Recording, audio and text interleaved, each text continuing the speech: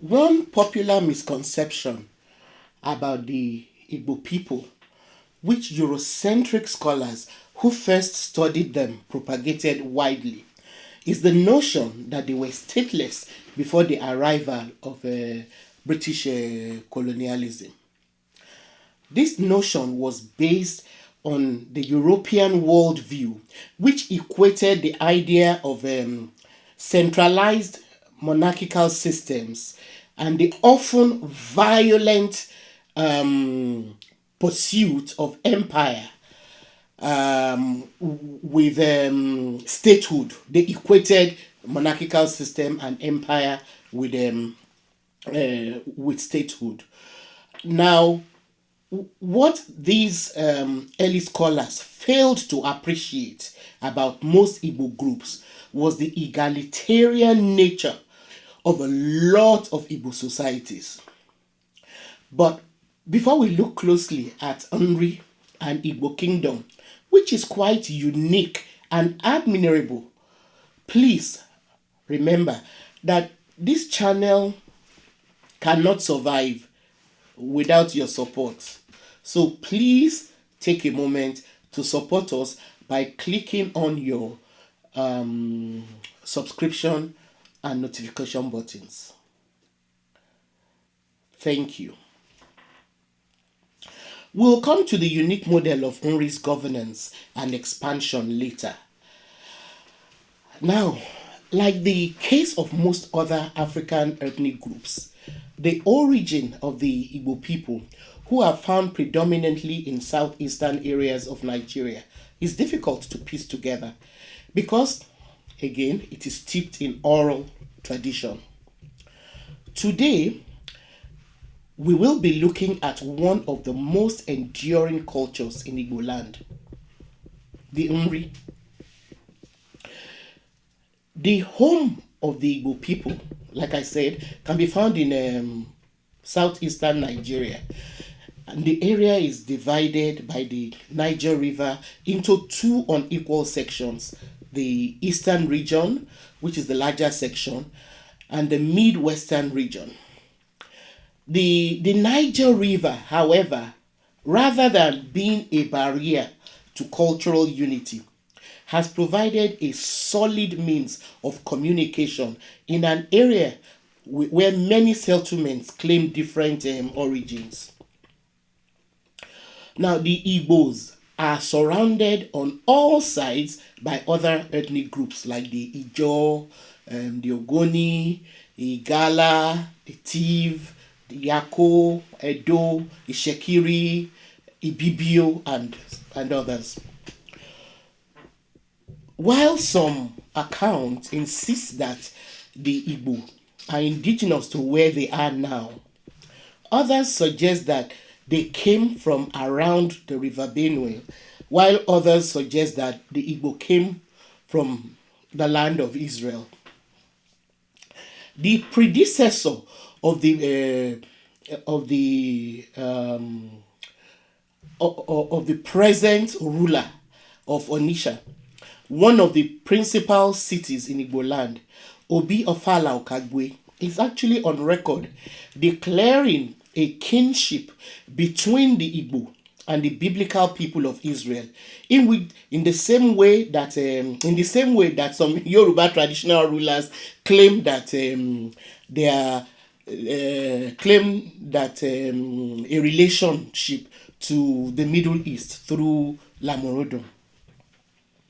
According to the late Obi Ofala Okagwe's account, the founder of Nri, whose name was Eri, who came from the Israelite tribe of Gad, traveled from Egypt, arrived at the confluence of the river Niger, Manu, and Anambra. This man named Eri then lived there as an alien among the people he met, and somehow managed to become their high priest and judge in much the same way as Samuel in the Bible ruled Israel. Now, while the jury is still out on the veracity of this connection between Igbo land and between the Igbo and Israel, one thing that scholars seem to agree on is the fact that Nri was one of the earliest settlements of Igbo speaking people. And according to Afikbo, the Nri developed an egalitarian and highly centralized society headed by a priestly king known as Ezenri. The Nri also had highly developed agricultural practices, which some scholars believe was more advanced than those of their contemporaries. Some accounts credit the people of Nri for discovering the secret of yam cultivation. The ability of the Nri to cultivate this highly valued food product gave them advantage over their neighbors who needed to learn their secret to cultivate yam. This scientific breakthrough boosted the profile of the kingdom, and its reputation as a commercial center spread easily far and wide. According to Anda and Kuanda, around 900 AD, Nri also made a technical breakthrough in mastering the art of iron smelting. With iron technology, the Nri further advanced their ability to farm and hunt. But one of the most admirable things about the Nri is that they could easily have used their knowledge of iron smelting to make war implements with which to dominate their neighbors. But they did not. Rather, Nri Kingdom preferred peace and therefore prioritized trade and respect for the sanctity of human life. To ensure that its iron technology was not weaponized and misused to cause bloodshed, the rulers of Nri, known as Ezenri, transformed weapons into ritual objects, thus militating against unnecessary violence. As such, when any of their neighbors, which were under their influence, broke the convention, such communities were outlawed by Nri priests, and an embargo or curse nso was placed on them. The curse or nso was not lifted until a cleansing rite was performed. It was really admirable. Though not militaristic in its foreign relations, Nri was able to maintain a ritual or spiritual control on its neighbors. And according to Walter Rodney, that formidable Caribbean scholar of African affairs, who studied the Nri, it was widely believed that the streets of Nri were the roads of gods through which all who died in other parts of Igbo land, which were under Nri's influence, ascended to the spirit world.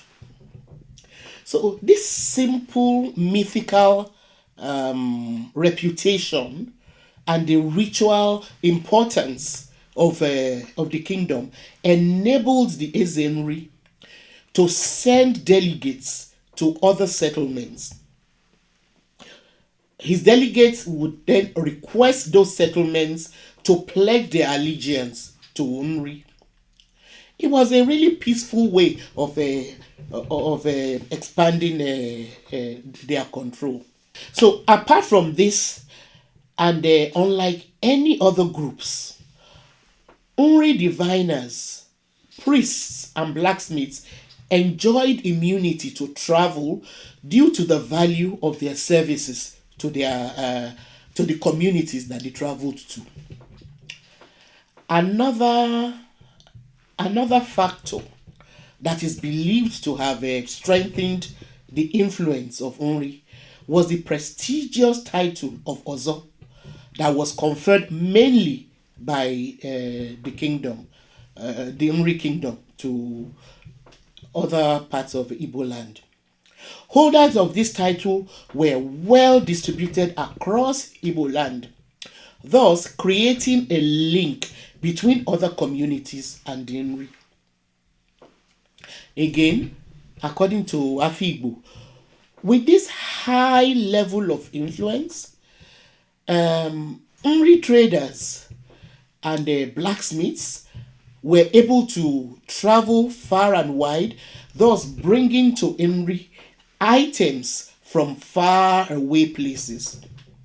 Some of these imported items have been unearthed in the burial chambers in archaeological excavations at Igbo, which Anda and Akwanda situate as part of Nri civilization. Excavations carried out so far in the Igbo area reveal that the people had a flourishing metal working art. Three sites excavated so far reveal hundreds of ritual vessels and regalia, as well as castings of bronze heads or leaded bronze that are among the most inventive and technically accomplished bronzes ever made. The people of Igbo were the earliest smithers of copper and its alloys in West Africa. They worked the metal through hammering, bending, twisting, and incising. They are believed to have been among the earliest groups of West Africans to use the highly advanced lost waxed casting techniques in the production of bronze sculptures.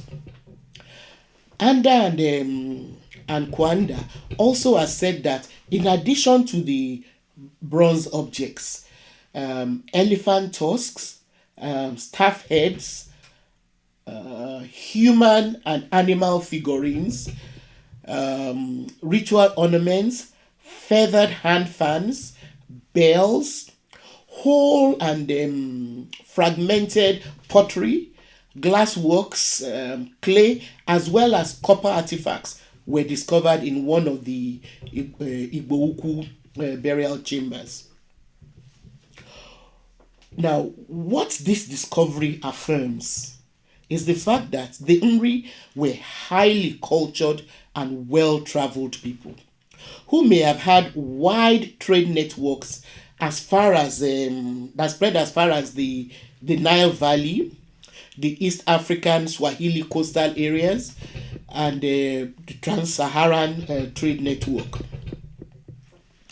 The fact that the items found in the Igbo excavations were wrapped in cloth and housed in a burial chamber also imply that the people who were buried there were important personalities and possibly ancient Ezenri. The Ori began to diminish in prominence with the imperial incursions of the Igala and Benin, which began to reduce its spheres of influence. Of course, like other places in Africa, Nri's situation was further complicated by the emergence of the Atlantic slave trade and its disruptive consequences. These factors led to the shrinking of the kingdom and the recession of its influence. By the time the European scramble and partition of Africa took place, Nri's position was already much diminished. The kingdom was then conquered and surrendered to Imperial Britain in 1911, thus marking the end of an ingenious, scientific, technologically minded, and egalitarian kingdom in southeastern Nigeria. Thank you for watching the Sankofa Pan African series. Please don't stop engaging us on our community platform by sending your comments and questions. And remember that we may not always have the answers to all the questions asked. So please share your knowledge and information with us and others on our platform. And don't stop sharing our videos. And of course, we need you to continue telling your contacts about this channel. See you next time.